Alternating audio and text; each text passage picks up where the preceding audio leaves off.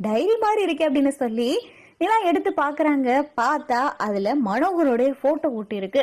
என்ன இது, அப்பாவோடைய போட்டோ ஒட்டி இருக்கு, அப்பாவுடைய டைரியா இருக்குமோ அப்படின்னு சொல்லிட்டு நிலா திறந்து பாக்குறாங்க. பார்த்தா அது மனோகர் எழுதின டைரி தான். மனோகருடைய கையெழுத்தெல்லாம் இருக்கு. அப்பா டைரி தான். அப்பா டைரின்னு எங்க இருக்கு, அதுவும் 30 வருஷத்துக்கு முன்னாடி உள்ள டைரி. இந்த டைரி எப்படி இங்க வந்துச்சு அப்படின்னு சொல்லிட்டு நிலா அதுல திருப்பி படிச்சு பாக்குறாங்க. மனோகரோடைய பழைய நினைவுகள் எல்லாத்தையுமே அந்த டைரியில எழுதி வச்சிருப்பாரு. அப்பதான் நிலாவுக்கு ஒரு மிகப்பெரிய உண்மையே தெரியும். நிலா மனோகருக்கும் தேனுக்கும் பிறக்காத பொண்ணு அப்படின்ற விஷயமே அப்பதான் நிலாவுக்கே தெரிய வருது. மனோகருக்கும் தேனுக்கும் கல்யாணம் ஆனதும் தாசு பிறந்திருப்பாரு. தாசு பிறந்ததுக்கு அப்புறம் ஒரு பொன் குழந்தை வேணும் அப்படின்னு சொல்லிட்டு மனோகரும் தேனும் அடுத்த குழந்தைக்கு முயற்சி பண்ணிருப்பாங்க. ஆனா டாக்டர் தாசுக்கு அப்புறம் குழந்தையே கிடையாது அப்படின்னு சொல்லி மனோகர்கிட்டையும் தேனுகிட்டையும் சொன்னதும் மனோகருக்கும் தேனுக்கும் பெரிய கவலையா இருக்கும். ஒரே ஒரு பையன் மட்டும் நமக்கு போதாது, ஒரு பொண்ணு வேணும் அப்படின்னு சொல்லி மனோகரும் தேனும் எவ்வளவோ டாக்டர் கிட்ட போய் பார்த்தோம். அதுக்கு எந்த விதமான பலனுமே இருந்திருக்காது.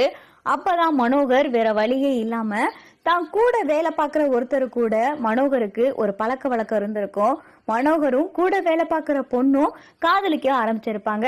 அவங்க 2 பேரும் காதலிச்சதுல பிறந்த குழந்தை தான் நிலா. மனோகருக்கும் மனோகரை காதலிச்சவருக்கும் ஒரு பொன் குழந்தை பிறக்கும். அந்த குழந்தை பிறந்ததுக்கு அப்புறமா மனோகர் அந்த அம்மா கிட்ட சொல்லுவாரு, நான் இந்த குழந்தைய எடுத்துட்டு போய் ஏன் வீட்டுல வளர்க்குறேன் அப்படின்னு சொல்லிட்டு மனோகர் சொல்லையில அப்பதான் அந்த அம்மா, என்னன்னு சொல்லுவீங்க, இது உங்களுக்கும் எனக்கும் பிறந்த குழந்தை, இந்த குழந்தைய நீங்க யார் பெத்த குழந்தைன்னு சொல்லுவீங்க, என்ன அனாத ஆசிரமத்துல இருந்து தூக்கிட்டு வந்த குழந்தைன்னு சொல்லுவீங்களா அப்படின்னு சொல்லிட்டு அந்த அம்மா கேட்க அப்பதான் மனோகர், உனக்கும் எனக்கும் இருக்கிற உறவு தேனுக்கு தெரிஞ்சா அவ உசுரையே விட்டுருவா, அதனால உனக்கும் எனக்கும் இருக்கிற உறவு இப்படியே இருந்துட்டு போகுது, நான் கொண்டு போய் வளர்க்குறேன்.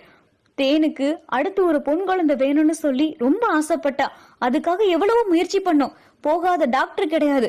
ஆனா தாசுக்கு அப்புறம் குழந்தை பாக்கியமே இல்லைன்னு சொல்லிட்டாங்க. அதனாலதான் உனக்கும் எனக்கும் இந்த பிறந்த குழந்தை எப்படி இருந்தாலும் அது ஏன் ரத்தம் தானே, ஏன் குழந்தை தானே அப்படின்னு சொல்லிட்டு மனோகர் சொல்ல, ஆனா எனக்குன்னு அம்மா பாசம் குழந்தை மேல பாசம் இருக்காதா, எனக்கு என் பொண்ணை வளர்க்கணும்னு ஆசை இருக்காதா அப்படின்னு சொல்லி அந்த அம்மா கேட்க, பரவாயில்ல உனக்கு ஆசை இருந்தாலும் இப்ப இந்த குழந்தைய நான் தூக்கிட்டு போய் ஏதாவது பொய் சொன்னாலும் இந்த குழந்தை ஏன் கூட தானே இருக்க போது, நான் தானே பாத்துக்கிற போறேன் அப்படின்னு சொல்லி மனோகர் சொல்லவும், அப்ப நான் எப்படிதாங்க குழந்தைய பாக்குறது, ஒரு பெத்த தாயா என் மனசு துடிக்காதாங்க, அவளை சீவி சிங்காரிச்சு ஒரு நல்ல ட்ரெஸ் போட்டு பார்த்து எனக்கும் அழகு பார்க்கணும் தோணாதாங்க அப்படின்னு சொல்லிட்டு மனோகர் காதலிச்ச அந்த அம்மா சொல்ல, இங்க மனோகருக்கு என்ன பண்றதுன்னே தெரியல. சரி அப்ப வேணா நான் அந்த குழந்தைய தூக்கிட்டு போறேன், வாரம் நான் ஒரு இடத்துக்கு கூட்டிட்டு வரேன், அங்கே வச்சு நீ குழந்தைய பாத்துக்க, அதுவும் தூரமாவே இருந்து பாத்துக்க அப்படின்னு சொல்லி மனோகர் சொல்ல, அந்த அம்மாவும் வேற வழி இல்லை அப்படின்னு சொல்லிட்டு மனோகர் கிட்ட குழந்தைய கொடுத்துறாங்க. மனோகர் கையில ஒரு குழந்தைய தூக்கிட்டு வீட்டுக்கு வர அப்பதான் தேனு பார்த்துட்டு, என்னங்க யாருடைய குழந்தை இது அப்படின்னு சொல்லி தேனு கேட்க, அந்த பொன் குழந்தைய பார்த்ததுமே தேனு வேகமா கையில தூக்கி கொஞ்சுறாங்க. என்னங்க யாரு குழந்தை இது, அழகா லட்சணமா இருக்கிற பொன் குழந்தை மகாலட்சுமி மாதிரி இருக்குங்க, அதுவும் தாசுக்கு அப்புறம் நமக்கு ஒரு பொம்பளை பிள்ளை வேணும்னு ஆசைப்பட்டோம்ல, அதுவும் நீங்க கையில பொம்பளை பிள்ளைய தூக்கிட்டு வந்திருக்கீங்க, யாரு குழந்தைங்க இது அப்படின்னு சொல்லி தேனு கேட்க, மனோகர் எந்த உண்மையுமே சொல்லல. மனோகருக்கும் மனோகர் கூட வேலை பார்க்கிற பொண்ணுக்கும் ஏற்பட்ட தொடர்புல பிறந்த இந்த குழந்தை தான் அப்படின்ற விஷயத்த மனோகர் எதுவுமே சொல்லாம, அப்பதான் மனோகர், என் கூட வேலை பார்க்கிற ஒருத்தவங்க, அவங்க இந்த குழந்தை பிறந்ததுக்கு அப்புறமா இறந்து போயிட்டாங்க, நான் என்ன பண்றதுன்னு தெரியல, அதான் இந்த குழந்தைய நான் தூக்கிட்டு வந்தேன் அப்படின்னு சொல்லிட்டு மனோகர் சொல்லவும், என்னங்க சொல்றீங்க, இந்த குழந்தையோடைய அம்மா இறந்து போயிட்டாங்களா அப்படின்னு சொல்லி தேனு கேட்க, ஆமா தேனு, எனக்கு இந்த குழந்தைய பார்க்கவும் மனசு கேட்கல, நீ வேற பொம்பளை பிள்ளை வேணும்னு கேட்டுக்கிட்டு இருந்தியா, இந்த குழந்தைக்கும் அம்மாவும் இல்ல யாரும் இல்ல, அதான் நான் தூக்கிட்டு வந்தேன் தேனு, நான் செஞ்சது எதுவும் தப்பா தேனு அப்படின்னு சொல்லி மனோகர் கேட்க, என்னங்க இப்படி கேட்டுட்டீங்க, தப்பே கிடையாது, கும்பிட போட தெய்வம் குறுக்க வந்த மாதிரி நல்ல காரியம் செஞ்சிருக்கீங்க, இனிமேல் இது நம்ம குழந்தை, இனிமேல் இது நம்ம பொண்ணுங்க அப்படின்னு சொல்லிட்டு தேனு சொல்ல, தேனு எனக்கு இது போதும் தேனு, நீ சொன்னாலும் சொல்லாட்டி இது இனிமேல் நம்ம குழந்தை தேனு அப்படின்னு சொல்லி மனோகர் சொல்ல, அப்படித்தான் நிலா இந்த வீட்டுக்கு வந்திருப்பாங்க. மனோகரோடைய ரத்தம் தான் நிலா, ஆனா நிலாவுடைய அம்மா வேற ஒருத்தவங்க, நிலாவுடைய அம்மா தேனு கிடையாது.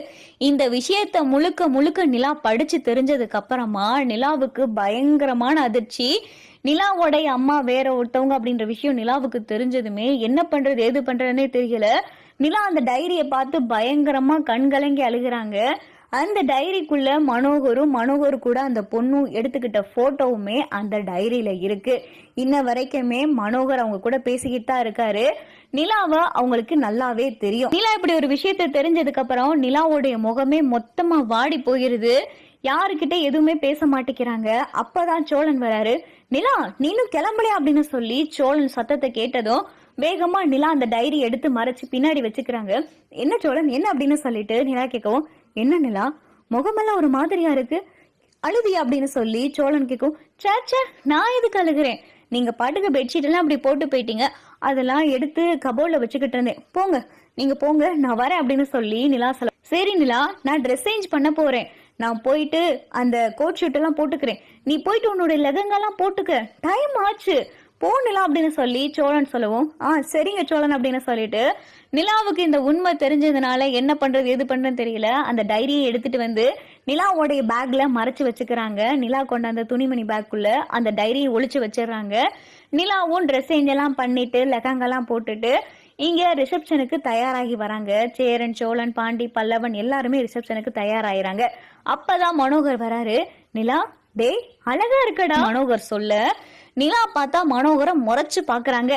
என்னடா ஏன் இப்படி பாக்குற அப்படின்னு சொல்லி மனோகர் கேட்க, நிலா எந்த உண்மையும் சொல்லாம எதையும் வெளிக்காட்டிக்கிறாம மனோகரை பார்த்து முறைச்சு பார்த்துட்டு ரிசப்ஷனுக்கு சோழன் கூட கிளம்பிடுறாங்க. நிலா என்னடா என்ன ஆச்சு உனக்கு அப்படின்னு சொல்லிட்டு மனோகர் கேட்க, மனோகர் கிட்ட நிலா பார்த்தா எந்த பதிலுமே பேசல. அப்பதான் தேனு, அடி நிலா உனக்கு என்ன தாண்டி ஆச்சு, நீ ஏன் அப்பா கிட்ட இப்படி நடந்துக்கிற அப்படின்னு சொல்லிட்டு தேனு கேட்க, தேனை பார்க்கையில நிலாவுக்கு பார்த்தா பாவமா இருக்கு. கட்டுன பொண்டாட்டிக்கு துரோகம் செஞ்சுட்டு இன்னொருத்தி கூட தொடர்புல இருந்திருக்காரு மனோகர். இந்த விஷயம் எதுவுமே தெரியாம தேன் இருந்ததுனால தேனை பார்க்க பார்க்க நிலாவுக்கு பாவமா இருக்கு.